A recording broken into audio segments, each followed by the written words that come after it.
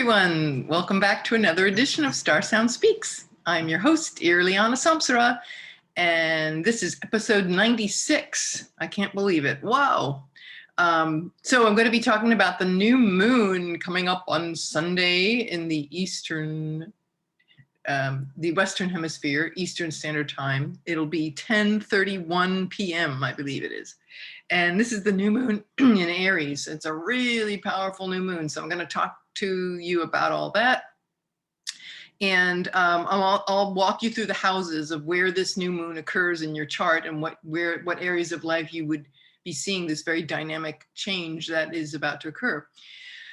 And I also want to talk about this cool dream I had the other morning with Kali Ma, Divine Mother, aspecting this very incredibly and powerful part of ourselves and like confronting our shadow and all. So that's very much I feel like she was a harbinger of what's to come. So I'm going to be talking more about that and how we can actually see how the planets talk to us in our dream state. The essences and the ideas and the things that are the themes we can start recognizing that the themes of planets and the themes of the messages and then the planets that represent those messages. So it's really kind of cool to take your dream state to that level. And then I also have some reflections. I've been contemplating the Derek Chauvin trial, which he's on trial for murder for George Floyd, as we most of the planet knows, unless we've been in a cave for the last year and a half. And anyway, and some insights about the Rodney King trial versus Derek Chauvin. That sound you just heard was my my other kitty, Lucas. Would you like to make a YouTube appearance? Come here, kitty. Come here, baby. Okay. Say hi, Lucas. See, it says Lucas. I'm a rescue kitty too. Mwah. Hello. Look at it all. He says, I'm a very big boy. Yes, like that. He has a little bent ear because he's not a fighter. Somebody attacked him and he was a rude cat on the street. And he doesn't fight, but anyway, the vet said it wouldn't bend back because the blood dried in it or something sad. But anyway, he's fine and healthy. And okay, go down. Of course, always has to walk on papers. Okay, so please don't walk on the paper. Like mommy's working. Okay, so back to the new moon. All right, so this is the first new moon of the astrological year. If you remember the Aries ingress, where in the equinox on March 21st is always the beginning of the astrological new year. So this is the first new moon of the astrological new year. And of course, it being on a cardinal sign, this is about change. Our cardinal points, Aries, Libra, Cancer, Capricorn, these are pivotal points, right? The turning of the wheel. So this is about not just new beginnings with any new moon, but it's a cardinal new moon. Also, we want to, okay, no, of course, he's sitting on the, that's right, okay, just sit on the paper and keep crinkling it while the recording is on. All right, it's a cat thing, we don't own our houses. If you have a cat, you know who's in charge. We all know this. But anyway, so I'm just going to let him crinkle. What the heck? So this is the first new moon of the new astrological year. And it's also the first new moon of the new astrological year. It's with that Jupiter-Saturn conjunction in air signs. I've said this before about this new 200-year cycle. So this is the first lunation of this new astrological year. So a lot of newness, here. The other thing I want to say is, we always look at whatever sign the new moon is in. So in this case, it's in Aries. What planet rules that sign, and that'll be the ruler of this lunation, right? So with Aries, it's Mars. So Mars is the ruler of this new moon. So Mars wants action, wants results, goals, drive, ambition, make things happen, stand up and fight. These are Mars qualities. Of course, negatively, it can be aggression and war and the conquering mentality on the good side of Mars, which, basically, let's face it, nobody ever thinks of it this way, but we have to look at everything, in balance. But the the positive qualities of Mars are bravery and courage, and valiant, a valiant, brave, courageous warrior, right? Standing for others and making way for others, and, ideally subduing the ego drive, which is very Marsy, me, to we. So, that would be the most ideal expression of Mars. But we'll see. I'm going to talk, we'll talk more about that as we get into this deep dive. So Mars is the ruler of this lunation, and let's look at the clues here, because Mars is actually out of bounds until May 24th. So what does that mean, out of bounds? Well, it's a planet when the planets typically go within 23 degrees north or south of the ecliptic being the path around the sun, the orbital path. And typically all the planets kind of go within those bounds, but occasionally a planet will go what we call out of bounds. So I use the analogy of a basketball game. I think it's the easiest way to understand. Typically, okay, the game is played within these prescribed rules, the painted lines on the court, and occasionally that ball will fly into the stands, right? And it gets really, it's kind of scary and surprising. It's like, and it's a wild card aspect. So it's like, oh my God, the ball, it hit somebody in the chest, or knocks somebody's glasses over, and then it bounces again and it lands in somebody else's lap, or, and it's just a little mayhem and a little chaos, while that's going on. And then eventually, of course, the ball gets handed back and the game continues within the prescribed limits. So when a planet is in that out of bounds phase, it can be very wild and unpredictable.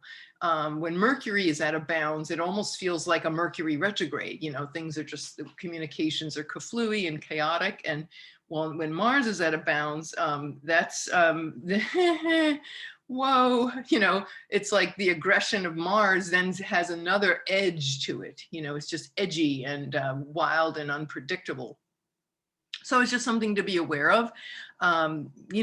This is nature. Nature, we have our aberrations, so to speak, are a part of nature, and chaos, and what we think of as chaos is, it's all part of nature and divine, this grand divinity. And, if we see chaos up close, we don't understand it. It looks like it's all random, but if we pull back, we see it's part of a larger picture. So not to get scared or freaked out about any of this. It's just simply the pulse of life, I'll say.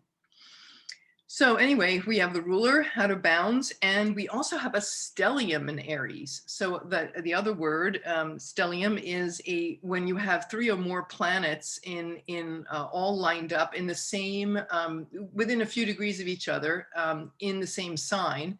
It's called a stellium. So it has a very powerful force.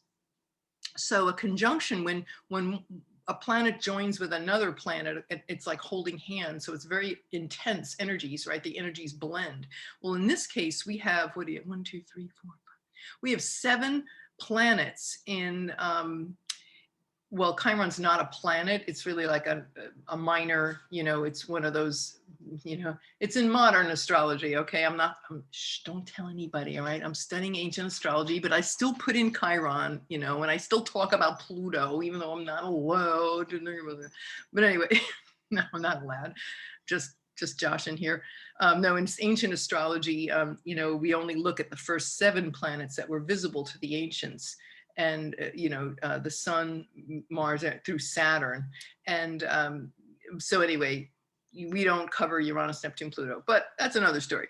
Okay, back to the new moon. So in Chiron, we have Chiron, Mercury, Ceres, which is an asteroid. Okay, not a planet. It's a minor, some people, think of a minor planet, but it's technically an asteroid, one of the first discovered in the asteroid belt between Mars and Jupiter.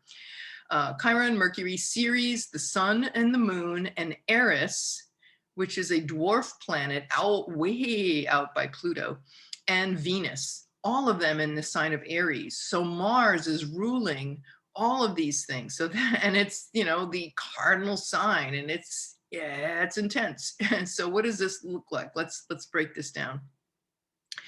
Okay, so what I want to say is, and also on top of this, Mars has a lot of significance because it's now activating last year's eclipses. If you remember how we look to Mars, whether he either opposes or conjuncts eclipse points, that's when action happens and things move forward.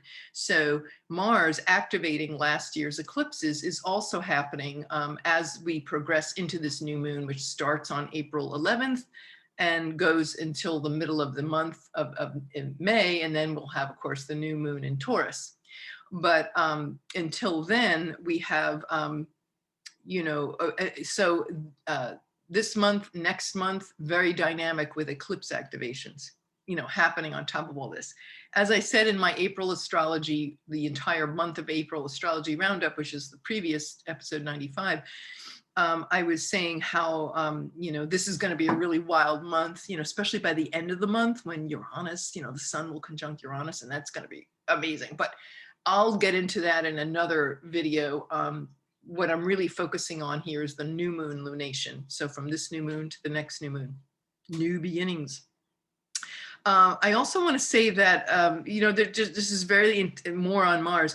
I got my little sheet here of everything I want to tell you.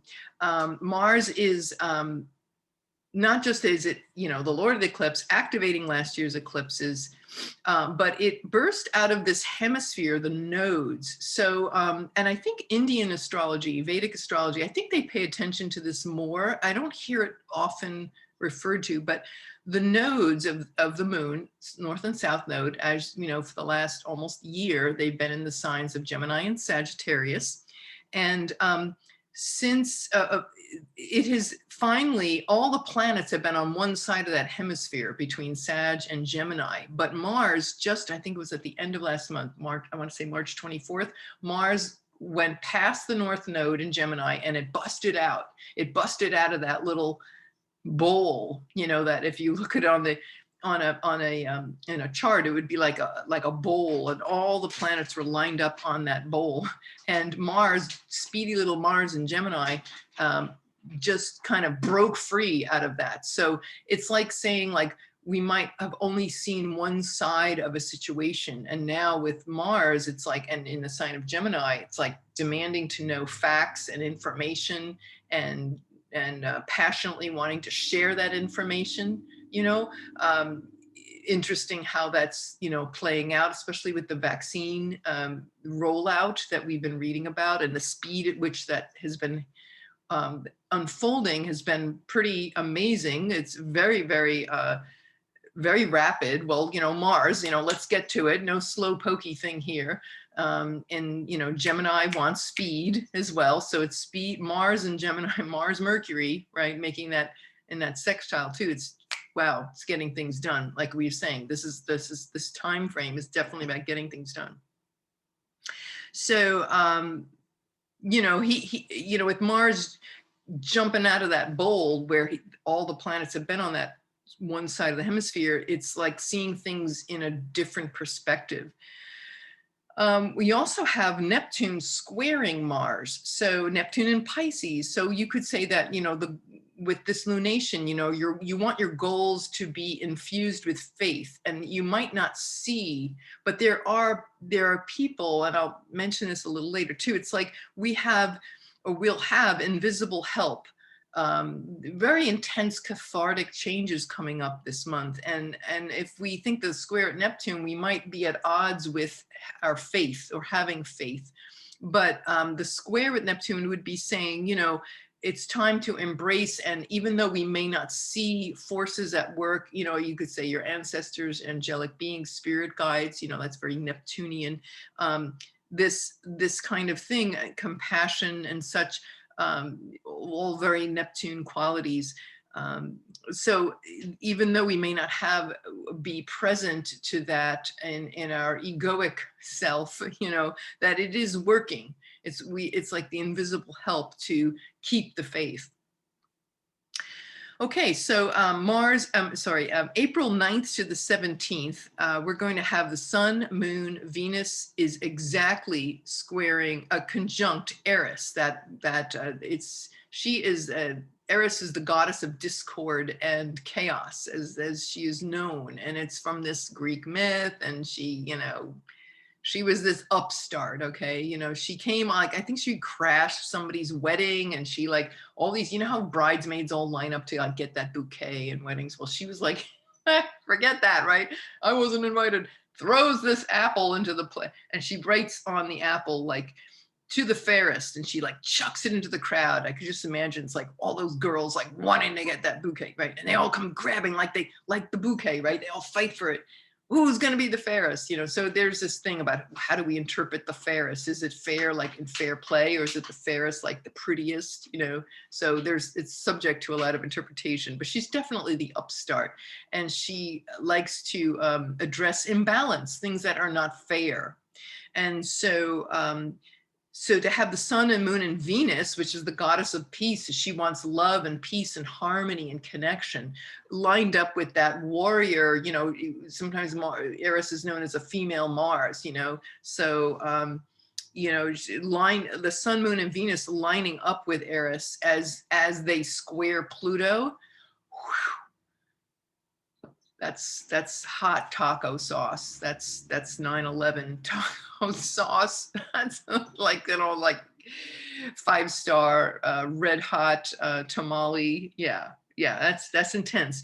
And so, you know, what does that look like? Well, Pluto in the sign of Capricorn, of course, is still chugging along. That's about the breakdown of old structures that are controlling and hierarchical and no longer serving us. And it's so when all of these planets lining up in this new moon, squaring Pluto, that's going to be a very big deal. That is a turning of the ages in terms of needing to be free, right? The Aries thing is asserting the self and the dominion of the self and the sovereignty of the self, squaring off with old patriarchal structures that do not serve us as humanity, that are old and shop-worn, worn out, no longer useful, you know, degrading, I would say.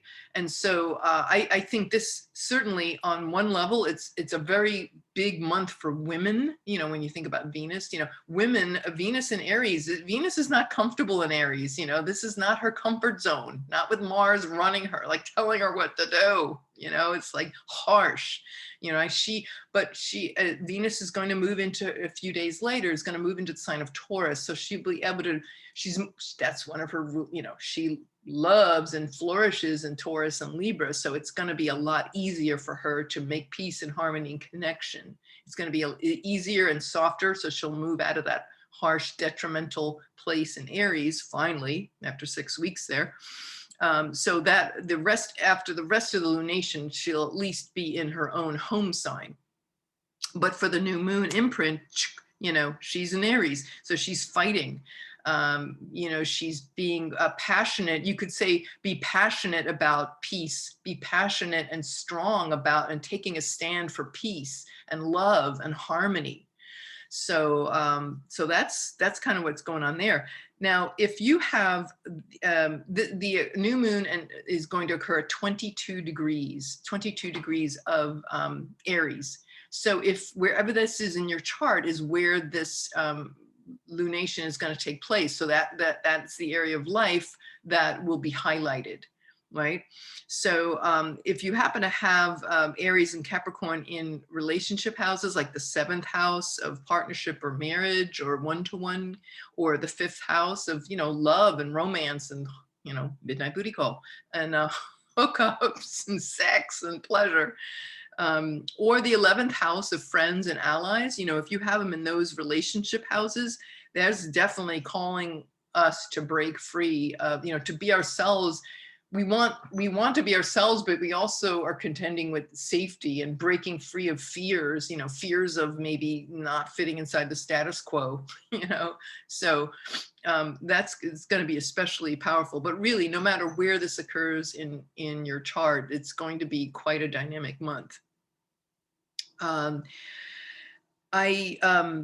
looked on, you know, in the chart of the USA, this is going to happen in the, Pluto is going to be in the 3rd house, which was our neighbors, our neighbors and our siblings, cousins, you know, neighbors in a mundane chart. communications and such.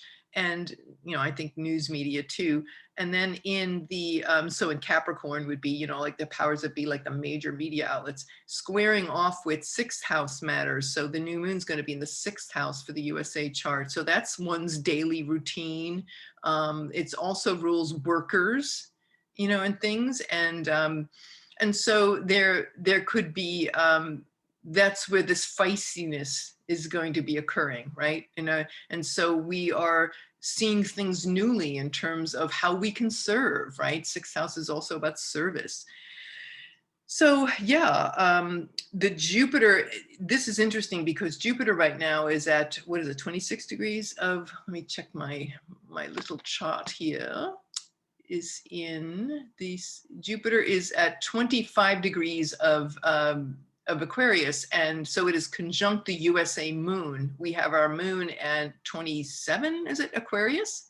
Yeah, so the moon, it's conjunct. So that's going to definitely have a really profound effect. Jupiter is a benefic planet. So it lends grace and increase and expansion and, you could say an expansion of consciousness, with Jupiter in the high-minded sign of Aquarius, the mind, the futuristic humanitarian oriented mind, and truth and justice, so these are themes coming up for us. And that is over, so that's Jupiter is conjunct the USA moon in an overcoming trine to Mars. So it has the upper hand over the cranky, cantankerous, argumentative Mars. We could be seeing some nice energy there with truth prevailing. We could word it that way. And like I said, with the square at Neptune, invisible help, contending with things that are very deep. And that Pluto square, man, that's some deep emotional cathartic release. And that square with Neptune is like keeping the faith. And so, yeah,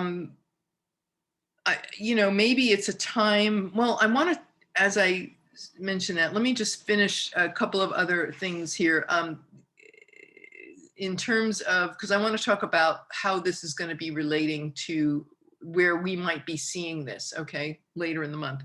Okay, specifically, I'm thinking of the activation on like the 22nd, 23rd, later in the month of Mars conjunct, Mars is going to enter Cancer. And so it's going to ignite that, light up the June 20th solar eclipse at 0 Cancer, the world point, 0 Cancer. So that could be very interesting on a world level, not just the USA. Although it's certainly very important for the USA because we are a Cancer country, right? July 4th, we're a Cancer country. So this has an enormous amount of import for the United States. I'm going to go back to that in just a minute. So hit that pause button. What I want to say about this is Chiron, about the rest of the lunation. Chiron, Mercury, and Ceres are pretty tight. So Chiron, the wounded healer, Mercury could be not just words and conversation and communications and contacts, but also trade and commerce. Conjunct Ceres. Ceres is the asteroid that is associated with fertility and with the food supply. And so, the word cereal comes from Ceres, the Greek goddess. I think Demeter was the Greek name. Was it with Ceres? So she's the goddess of fertility and food. And so in a mundane chart, it would be about the food supply. So I would say too that, being like Chiron is at 9 degrees and it's in an aversion to Uranus at 9 degrees of Taurus. So what an aversion is, it's like a blind spot. So Uranus and Taurus could be giving us, Earth, as it has been for the last few years, earthquakes, volcanic eruptions like Kilauea, that happened, boing, it's the minute it went into 0 degrees Taurus, literally Kilauea went off. Taurus, the Earth, right? sudden catastrophic changes to the earth. And it was slow and steady because Taurus is slow and steady. So that lava flow crept, for weeks or months. I think wasn't it like 3 months before it finally stopped.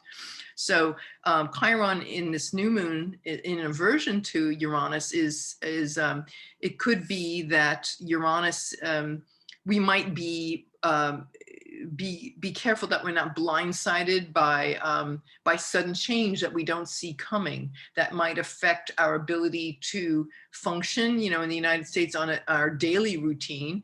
And with the conjunction with Ceres, be sensible, take care of yourself, I would say with food supplies, and even that Suez Canal, that they finally unblocked the ship, but that is one of the busiest trade routes in the world. And as you probably read, it backed up many, many ships, and it really disrupted the supply chain. So it'll take a while before all that finally settles down. So you could be seeing this, a little disruption or inconvenience in the food supply. But I would say too, not just the Suez Canal situation that got rectified, but with Chiron and aversion there, just to be sensible, to be smart, with Uranus and Taurus, no matter where we live in the world, it's really, we want to be smart and take care of ourselves and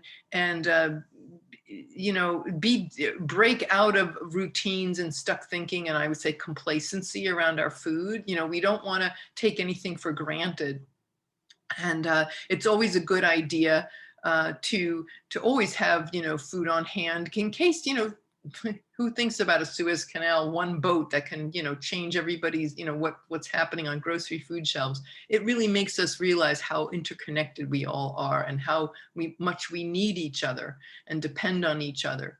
So I would just say, it's always good, no matter what, maybe you live in a hurricane zone or something, and like in Florida, from, June 1st to November 30th is hurricane season. So, it's always wise to be practical and to have these things on hand. So I just wanted to mention that. The other thing is, before I go into where these changes might occur in your chart, I want to talk more about the Eris square Pluto and where that might play out. So, Eris squaring Pluto, of course, these are very, Pluto takes 248 years to go in orbit, right? So the last time Pluto was in orbit at this particular 26 degrees was actually the American Revolution. And I looked up specifically because it only moves like 2 degrees a year. I wanted to see what was going on at 26 degrees, was it 42 minutes? And I looked it up, and it was the Battle of Lexington and Concord, which, if you remember your American history, or if you're not living in the United States, we will tell you, it was the Battle of Lexington and Concord was the first battle of the American Revolution. So it was the beginning of this incredible paradigm shift change. Now, am I saying we're going to have another war? Well, I hope not. And I feel certainly we have advanced so much in our consciousness in this 248 years. Sadly, there are still killing and wars going on, but we see how there's this birthing of this new way of being going. We're tired of this old routine of, like in 1775, it was, we're done with a king telling us what to do who lives 3,000 miles away, not working, time for change. And so now we're seeing, it's not King George that we're contending with now, but it is this hierarchy of, the corporate elite and billionaires, and who basically pay no taxes, and how that it has all become usurped over the decades and years and decades, and how it has gotten to this point now where it's just like something's got to give, and something is giving, as we saw last year, 2020, enormous, huge reset. As I spoke before COVID, I went and did this one-on-one, in groups and workshops, and maybe you were there to listen to that. And now, we have, now that Jupiter, excuse me, now that Jupiter and Saturn are in air signs, the shift is now moving into a whole nother frequency. It's not that heavy frequency of Jupiter, Jupiter, Saturn in Earth signs, which is all about colonialism and domination and expansion. It's moving out of that and saying, you know, let's think about humanity as a whole. Let's think about the earth. Let's think about each other instead of like how many, you know, what kind of bling can I amass in my materialist world, you know? So it's a huge paradigm shift, and it's not being run by this old status quo, which has certainly seen its day. So just to say that it's pretty profound, these changes that are occurring. And I, you know, stopped the other day thinking like, wow, you know, when you think about it, I can't even, being American, like I can't even imagine like how it was back then when they had a king. You know, now of course the UK, you know, it's been a constitutional monarchy for long time. But to just think that there was this king that would order your life, and everything was in you know obeisance to this monarch, and then they'd have kids, and then the new one would come over, and it was never chosen. It was just like, this is what you're stuck with. This is how it is. And wow, what resignation. You know, it's just so foreign to me, of course, you know, being American, growing up in this culture which rebelled against that. So it's in, you know, for Americans, it's in our DNA, you know, to be Moon in Aquarius, right? We got to be different. We have to break free. We have to think about the future and an empowered, enlightened model of being. So now, have we fulfilled on that? Well, you know, why we had last year, right? We're just throwing off the shackles of what doesn't work. It's this molting, like the locust, or the locust molts his shell. You know, it works for a while and then it's time to shed, because we've outgrown that. Our consciousness, like the locust, expands and outgrows this shell, which now keeps him back. So he has to escape it. And it's an ugly, icky process breaking out. Have you ever seen those molting? You know, look them up on Google, you know, the molting, the shedding of the old chitinous exoskeleton. My science teachers would be very proud of me. I remembered that term, that crunchy, gooky, icky thing. But anyway, so that's what's happening, right? It's like we're just stepping out of this, we're shedding this old shell. And with this new moon in Aries, we're really going to see this in action. And it's the pervading theme for the next 30 days is this molting and doing away with old structure that no longer supports, that's long overdue. And it's not an easy experience. The square with Pluto it can bring up a lot of tears, a lot of emotions, a huge catharsis. The breakdown of society is very clear and evident. And the breakthrough is there. So we have to remember, with our practices, with our spiritual paths, with our focus, with our awareness, we're not focusing on the drama and the chaos, although it, you know, it's going to happen, right? Birth is messy. And it's, who are we in the light of that? You know, who are we going to be? And focusing on the breakthrough. So Pluto, right? Breakdown, breakthrough, emotional catharsis, regenesis, resurrection, coming out of that molting, that old chitinous exoskeleton of our lives. You know, where is that in our life? We see it out in the world. Where does that occur for us? That's the work that we will see this month, and it will have a very, very broad impact.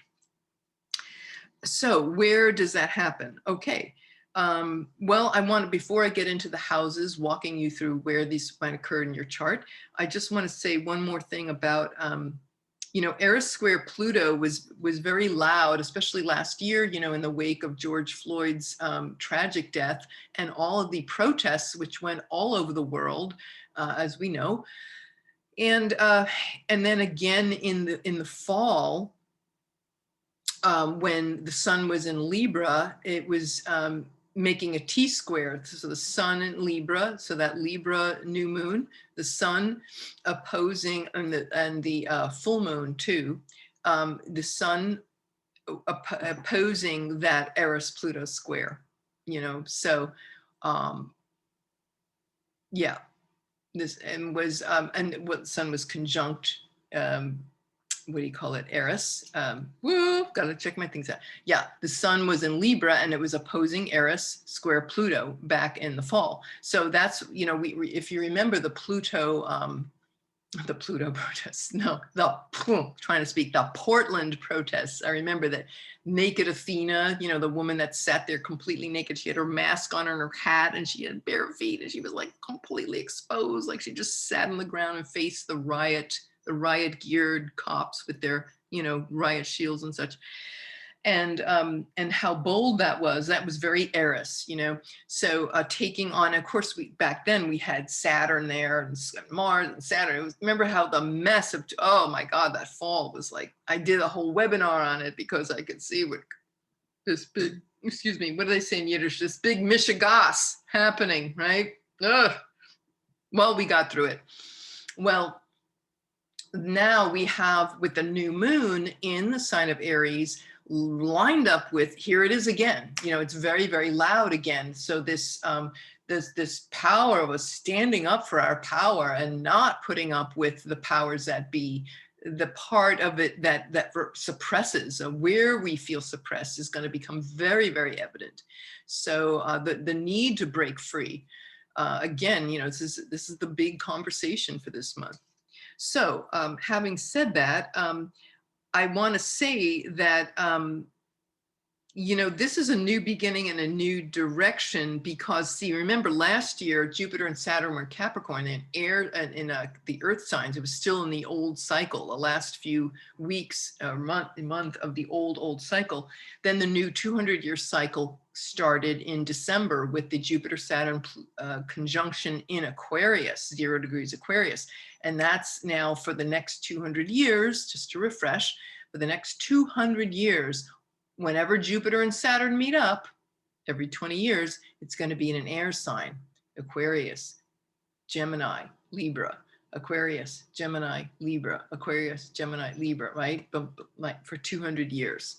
So that's a whole nother ball game. You know, it's about ideas and it's about air, right? Air moves. The previous cycles, Earth was solid material, you know, the focus on the material world, conquering nature, you know. So now we're having none of that.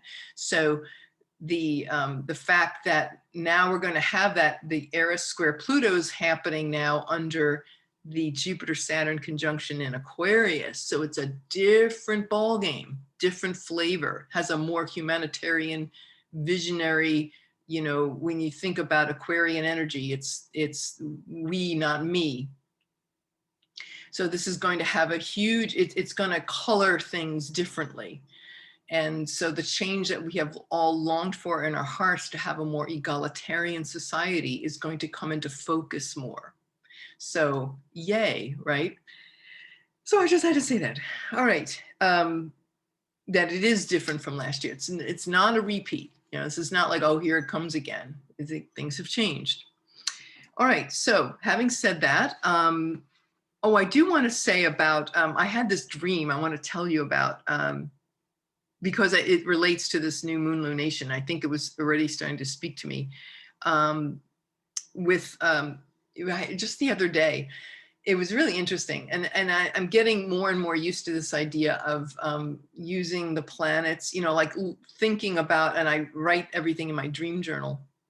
And then I see, okay, what planet does that represent? Who's talking to me? Well, I had this dream that me and a few of my friends, we were visiting a small town, kind of close to where we live. And this little town had this lovely little shop with a glass window. And we were standing across the street in another shop, looking out of our glass window, looking out across the street to this shop. And the shop had beautiful things. It's like lovely decorations for the home, like lovely home furnishings and things, and art and such. Well, there was this one picture, and it was of, in the Hindu pantheon of deities, Kali, K-A-L-I, if you're not familiar with the Hindu deities, Kali Ma, there's Kali Ma, there's Kali Durga. Well, Kali is is an aspect of Divine Mother. All right.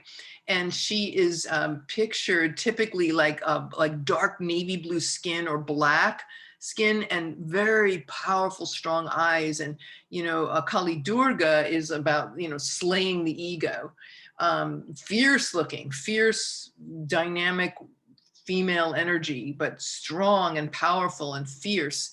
Kali Ma, I'm not really honestly, I have to say I'm really not versed in the distinctions, because to me, I just thought it was Kali, but my friend told me, oh no, there's Kali Ma and there's Kali Durga. I'm like, okay, whatever. But I think who I saw was Kali Ma. So the mother, right? Well, Kali Ma was, still powerful, still about facing our dark side, facing our deepest fears of survival and control and letting go. And she was, there's beautiful image of her in the window. And my friend was looking at it and apparently like kind of having this telepathic connection with it.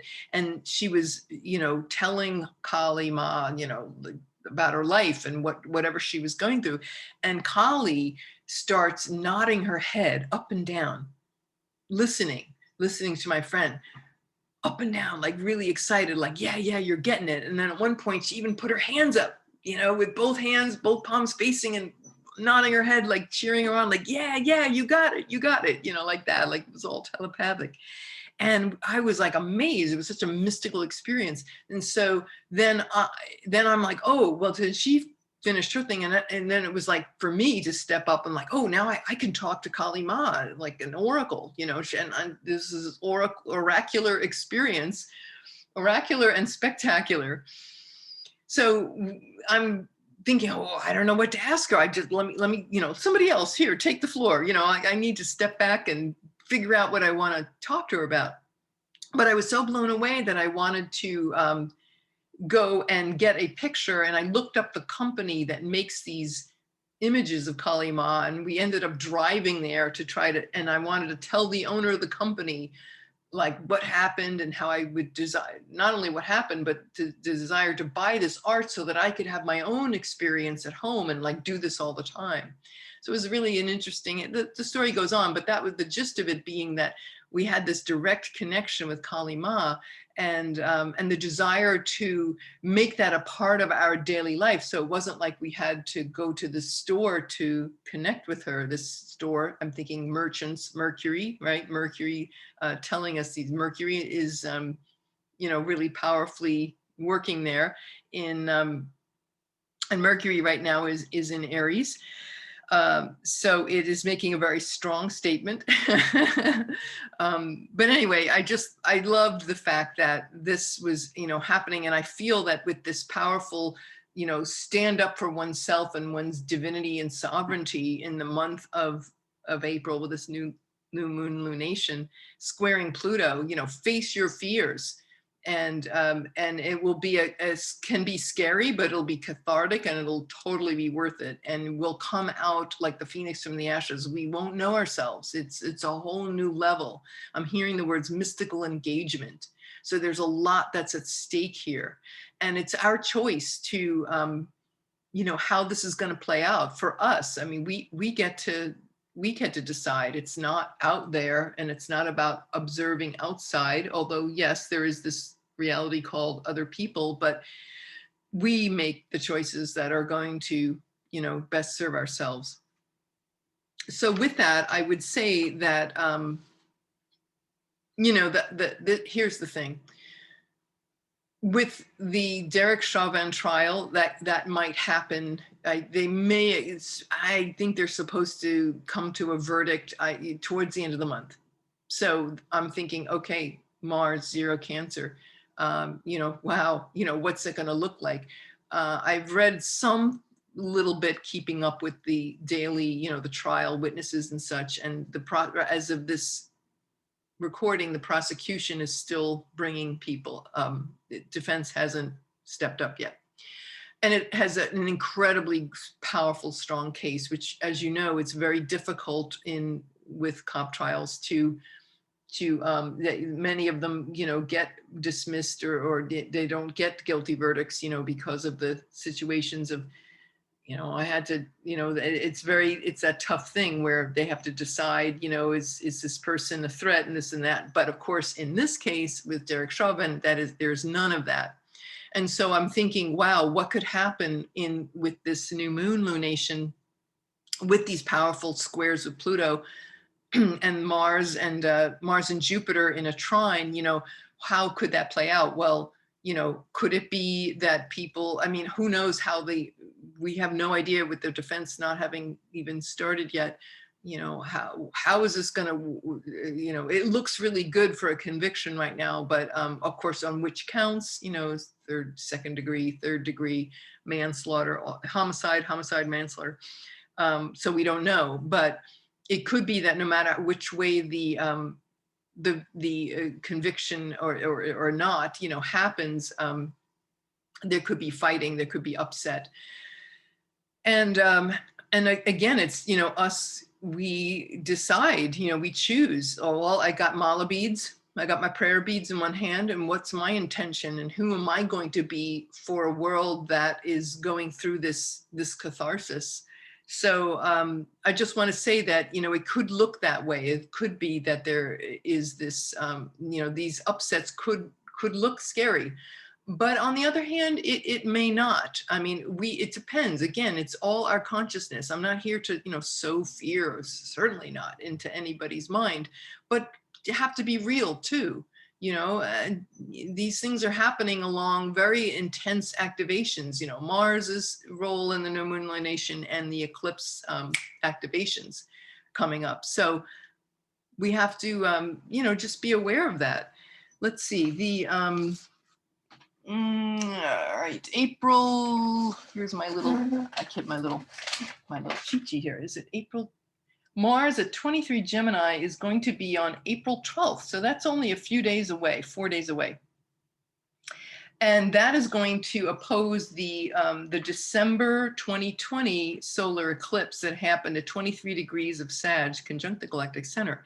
So that could definitely be about truth coming out, truth and a passion for truth and knowing the facts, getting the facts and having justice. And it's not just Derek Chauvin. I mean, I'm talking about life in general.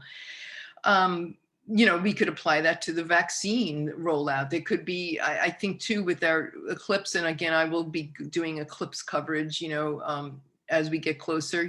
Next month is our first, we are back in eclipse season, May 26th with the lunar eclipse. But of course, that's a different conversation. But I do think that we could be seeing something opening up about vaccines that we were not aware of.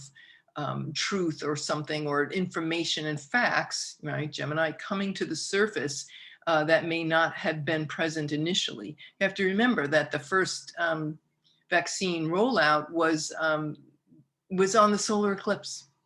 And now Mars is opposing this point. So Mars opposition. So there could be, here's an opposing viewpoint, you could say. That's one way of looking at it. That may surface.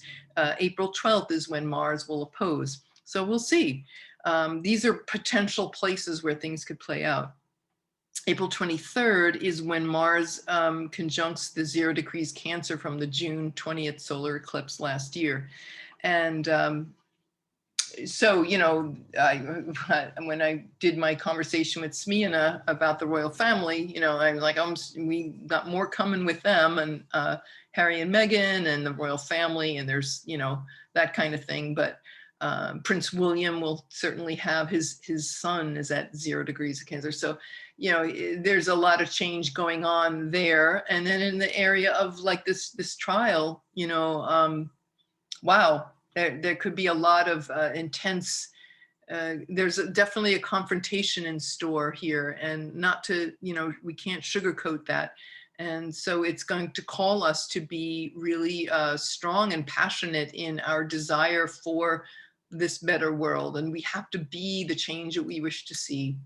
We really do. One of the lines I wrote down as I was preparing my notes was, I think about Mars being all about actions, and so, one of the things I live by is that my actions, how they say actions speak louder than words? Well, my actions represent my true self. My words do not represent me. Yeah. My actions represent my true self. My words do not represent me. So that will be coming into play, you know, this month. So, oh, and Venus too, like, you know, Venus taking a stand for peace and harmony. She's not used to, she doesn't like being in that Martian environment. You know, it's not her thing. But she's taking, but she can be passionate with that. She can use it, and that's the best use of it, is be strong and brave in our connection for harmony and peace. And we really want to, let's remember that part of all. Be strong and brave about peace and love and connection and harmony, having a diplomatic solution. Because luckily, by the time, if there is the Chauvin verdict at the end of the month, Venus will be in Taurus. She'll be at home there. She can function much better, you know, much more, much easier. So there's that. Okay. Let's now wrap this up by just talking about the houses. So in terms of where this may occur in your chart. So if you have Aries rising in your chart, you can get a free chart if you don't have one on astro.com or astro-seek.com. They're both great websites. You plug in your birth time and you can find your rising sign, and that will dictate where this is occurring. So Aries rising, the new moon will be in your first house, and Pluto will be squaring from the 10th. So that might be about a new way, a new self-image, a new aspect, a breakthroughs around your image, your personality, your physical body. It could be also health and appearance, yourself, your body, your character. You know, and with your 10th house these are angular houses, so these are very powerful. So career, your public reputation, actions, things like that. And these are, so Pluto in that 10th house is really having you do a major rehaul, and it could be some catharsis around you yourself versus your career. You know, coming into an understanding there and engaging in that. And it could be some cathartic moments. So for Taurus rising, the new moon is in your 12th house, and the Pluto will be rocking your world from the 9th house. So perhaps a desire for truth and getting to the bottom of things, squaring off with maybe aspects of yourself that were hidden, or not feeling like you had any control over, or feeling kind of out of sorts or out of control, but getting, again, a deep emotional breakthrough regarding maybe blind spots, places that we can't see about ourselves, or enemies, like hidden enemies, or having to make sacrifices or loss, or being in seclusion, things like sickness, you know. So there is this that aspect. So it could be working its way out that way in that breakthrough. Gemini, the new moon is going to be in your 11th house of friends. So friends and allies and groups and group organizations, group activities. Pluto will be rocking you from the 8th house, which is the other people's money, inheritances, some deep, in a psychological sense, some deep unconscious fears, perhaps, fears of survival and control and hanging on. It's also death, right? Death and rebirth and transformation. So it doesn't mean that you're going to, okay, you know, death is many levels, right? It can be the death of one's way of being. So these cathartic moments, so it'll be very potent for you guys. Cancer rising, the new moon will be in your 10th house of career and image and public reputation. Pluto will be squaring that from the 7th house of relationships, marriage, long-term relationships, partnerships, marriage, those things. For Leo rising, the new moon will be in your 9th house. So let's see. let me see what we have here. Ninth house, and the Pluto will be squaring from the 6th. So again, the ninth house can also be not just about truth and higher wisdom, but higher education, religion or spirituality, foreign things, foreigners, foreign travel. And so yeah, foreign travel, you're like, haha, right? Well, you know, it's just slowly starting to open up again. So that is for Leo rising. So new moon in the 9th, squaring off with the 6th house, which would be, you know, our daily routines and service, work service, it could be even illness. In ancient astrology, the 6th house is related to illness and injuries and things. And also subordinates. Think if you have, like, say you're a boss and you have employees, things like that. So that's for Leo rising. Virgo, 8th house, 5th house. So the new moon will be in your 8th house of, again, you know, death, inheritances, assets of others, squaring off with 5th house, which rules children, you know, romance, extramarital affairs, pleasure, creativity. You know, it could be creative projects, things of that nature. Libra, the new moon is going to be in your 7th house of partnership, relationship, etc. And squaring off with home matters. The 4th house is parents, family, home life, private life, things like that. It can be the parents, the father, like that. Anyway, let's see. So for Scorpio, we have the new moon is the 6th house of again, illness, injuries, work, subordinates, things like that, and squaring off with Pluto in the 3rd house, which rules siblings and neighbors, elementary education up through high school, short trips, communication, the media, writing, could be internet too. That's where that's happening. For Sagittarius, if you have Sag rising, this new moon is in your 5th house. Children, creativity, etc., and squaring your 2nd, which is finances, your own personal finances, talents, and your own personal resources and skills and income.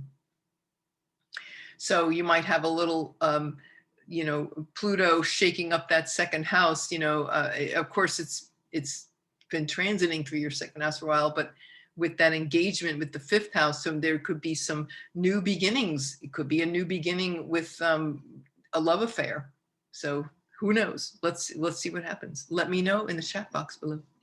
Let's see. At Capricorn, we have the new moon in your 4th house, and Pluto will be squaring from the 1st. So home issues, engaging with, you know, this reinvention of oneself and one's character, one's personality. For Aquarius rising, the 3rd house is where this is taking place. So again, short trips, siblings, etc., neighbors, writing, communication, connecting, networking, squaring off with 12th house, which could be very unknown or the unseen world, or things that maybe where you're out of loss or having to make sacrifices, or being in seclusion, contemplative, you know, rules ashrams and such. So it's not all bad. A place of quiet and contemplation. Pisces, the 2nd house is, the new moon is in the 2nd house, and that would be, Pluto would be squaring from the 11th house of friends, groups, hopes, wishes, dreams, alliances. So the 2nd house, again, you know, so your own financial, personal things squaring off with, oh, kitty. Hey, pardon me, we have a cat situation here. No cat fight. Yeah, we're just finishing up, okay? Mommy's working. So Pisces, sorry guys, I got a little interrupted there. But anyway, yeah, so I would say 2nd house of with your talents and resources, and having Pluto in the 11th, so it's that cathartic, maybe you're getting new friends, or finding and shedding old friends that no longer serve you. And so your 2nd house, where this new beginning is happening, is in that 2nd house, finances, possessions, income, things like that. So powerful new beginnings, no matter where in that wheel you find yourself. Anyway, so that's all for now. And I hope that that was useful for you. Let me know what you think. I'd certainly love to hear how this new moon is shaping up for you, or will be shaping up for you. Just leave your comments below. Always love to hear from you. Yay! And I hope you have a wonderful, productive, powerful new moon with outrageous breakthroughs and totally amazing paradigm shifts. That's my wish. And Kali Ma, you know, she's got our back. Woot woot. Don't forget, there's always ancestors and guides that are in the invisible, that Neptune square Mars, right? You know, we can help you. We can help you meet our goals, even though you don't see us. So have faith. All right, that's all for now. This is episode 96, StarSound Speaks, starsoundastrology.com. If you desire to know more, certainly just email me, Irlianna at starsoundastrology.com. Sessions, whatever serves you. We're here for you. So, okay, thank you so very much. Many, many blessings. Namaste. Irlianna Samsara, StarSound Astrology. Have a great, great month. A great, great lunation. Okay, bye for now.